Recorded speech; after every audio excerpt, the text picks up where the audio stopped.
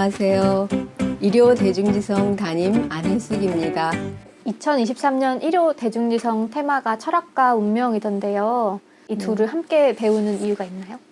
철학이 운명을 만나면 철학이 빛을 발하고 구체적인 현장에서, 그리고 운명이 또 철학을 만나면 내 구체적인 현장의 방향을 명확하게 이렇게 설정해주는 그런 뗄래야 뗄 수 없는 관계라고 생각을 해요. 인간은 어떻게 살아야 되지? 이런 질문을 할 수밖에 없는 존재인 것 같아요. 이제 그래서 계속 철학을 해온 게 인류라고 한다면, 근데 그게 구체적으로 펼쳐지는 거는 내 운명이라는 거는 내 몸을 가지고 있고 내가 삶을 가지고 있고 그런 것들 속에서 펼쳐질 수밖에 없기 때문에, 그래서 그런 것들이 함께 맞물려 갈 때 내가 내 운명의 주인이 될 수 있기 때문에 꼭 같이 가야 된다고 생각합니다. 혜숙쌤께서는 오랫동안 감리당에서 철학과 운명을 공부해 오셨잖아요.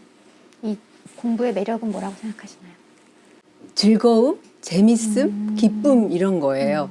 그때그때 내가 조금만 번뇌든 어쨌든 뭔가 괴로움이든 아니면은 뭔가 이렇게 걸림돌이 있었는데 이런 철학이나 이런 내 어떤 운명의 지도 이런 걸 만나면서 이게 그때그때 해결되는 지점들이 쭉 있단 말이죠.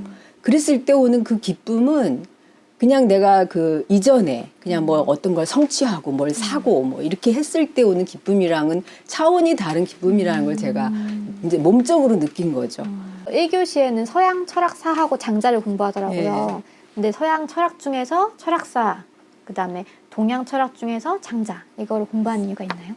이제 이런저런 철학자를 접하다 보니까 그런 거는 있었어요. 이분들의 얘기는 서양 철학적인 거에서 보면은 어떤 맥락 속에서 이런 얘기를 했구나 라는 걸 이해하면 훨씬 더 그 철학자와 그분이 얘기하고자 하는 거를 더 깊고 풍부하게 이해할 수 있겠다. 사실은 몇 년 전에 이제 장자를 만나고 정말 놀랬었거든요. 장자가 그렇게 자기가 몸담고 있는 가난한 현실 속에서 자기도 돈을 벌어서 먹고 살아야 되고 그리고 아내도 있었고 가족이 있는 상황 속에서 그 속에서 추구하는 어떤 대자유더라고요. 구체적으로 현실에 몸담고 있으면서 어떻게 대자유의 경지를 누릴 수 있는가를 보여준 철학자이기 때문에 이거를 이제 위에 그 장자와 서양 철학사를 함께 공부하는 거로 넣었습니다. 3교시 운명탐구 시간에 사주명리, 주역, 동의보감의 기초를 차근차근 배우는 거죠. 네네. 이 운명탐구 공부가 지향하는 지점은 어딘가요?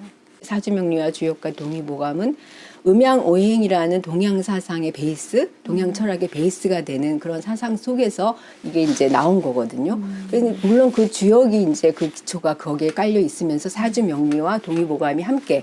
그런데 우리가 알다시피 우리가 현실 속에서는 내 몸을 가지고 현장에서 실제로 내 욕망으로 움직이는 게 내 삶이기 때문에 이거를 모르고서는 내 운명 탐구가 될 수가 없는 거죠. 그래서 이제 일요 대중지성에서는 이제 요거를 철학과 접목시키는 어떤 최소한도의 기본을 우리가 차근차근 자기한테 접목하는 시간을 갖는 게 필수적이겠다 생각을 해서 이제 넣은 것이고, 공부의 방향, 운명 탐구의 방향이 여기에 이 3종 세트에 들어있다라고 생각하시면 되겠습니다. 4학기에는 선불교하고 불교 명상을 배우면서 마음 탐구를 하더라고요. 네. 근데 이거는 이 어떤 맥락에서 배치된 수업인가요? 불교는 이제 아시다시피 굉장히 명쾌한 어떤 그 불교 철학, 그러니까 삶의 철학이라고 할 수가 있거든요. 삶의 철학으로서 이 선불교는 자기 삶과 마음과의 어떤 정면 승부? 결국은 그거에 질문을 던지고 내가 나의 어떤 깨달음 내지는 그런 것을 향해서 아주 깊게 마주할 수밖에 없는 지점까지 우리가 가야 되는 게 공부라는 생각이 들었어요. 일성에서 공부하는 명상의 어떤 그 부분은, 그러니까 명상이 지향해야 되는 진정한 명상이랄까? 그것이 어떤 건가?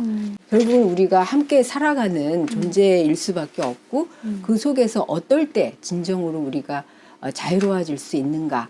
그런 부분에 대해서 그게 이제 명상적인 관점, 수행적인 관점에서 우리가 맞닥뜨릴 수밖에 없기 때문에 마지막 학기에는 이제 그거를 배치를 했습니다.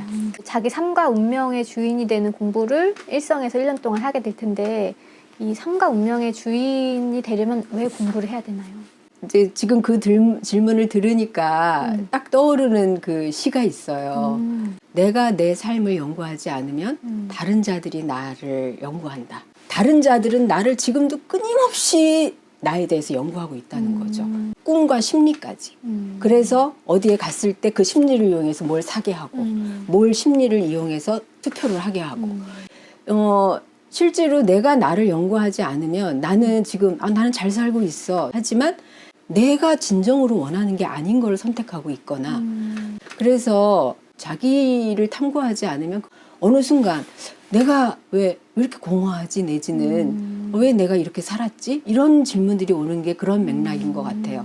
내가 나를 탐구하지 않고 삶을 탐구하지 않고 이 말하자면 철학하지 않았기 때문에 조금 더 자유로워지고 그러면서 조금 더 행복을 느끼고 하는 것이 어떤 공부의 매력인 것 같고 평일에 시간이 이제 잘 안 나시는 직장인들 분들께서 공부를 할 수 있는 절호의 기회이기도 하고요.